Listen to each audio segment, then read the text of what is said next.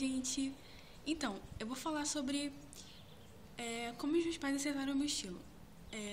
Me perguntam muito porque eu tenho piercing e quero colocar tatuagem e curto essas bandas de screamo e tal, essas paradas, enfim. Daí eu vou falar pra vocês como os meus pais aceitaram. Enfim, meu pai não liga muito, então não teve muito problema com isso e não teve muito problema com meu pai não liga muito. Já a minha mãe, eu vou contar a historinha pra vocês quando eu coloquei meu primeiro piercing.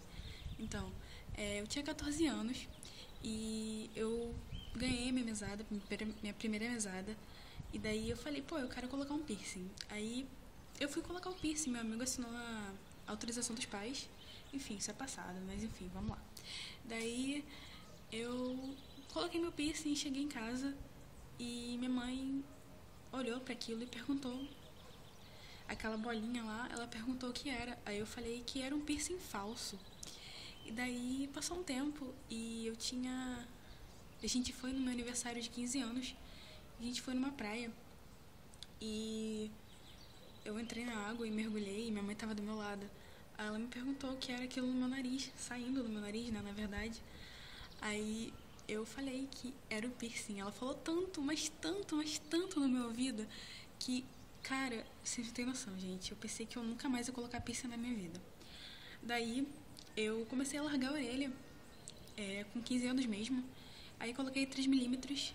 Aí eu fui até 6 milímetros em uma orelha só. E daí a minha mãe falou que eu poderia largar até 10 milímetros. Daí eu comecei a largar outra orelha, coloquei 10 milímetros em uma e fui colocando 10 milímetros em outra. Porém, minha orelha começou a largar sozinha.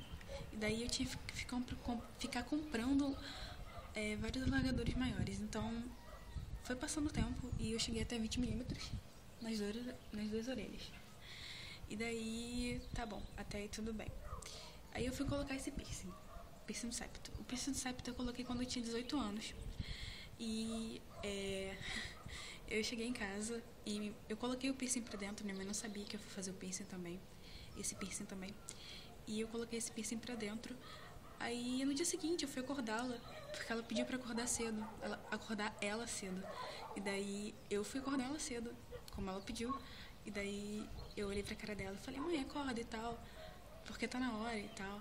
Aí ela olhou pra minha cara e o piercing lá pra dentro. Ela olhou pra minha cara e falou, o que é isso dentro do seu nariz?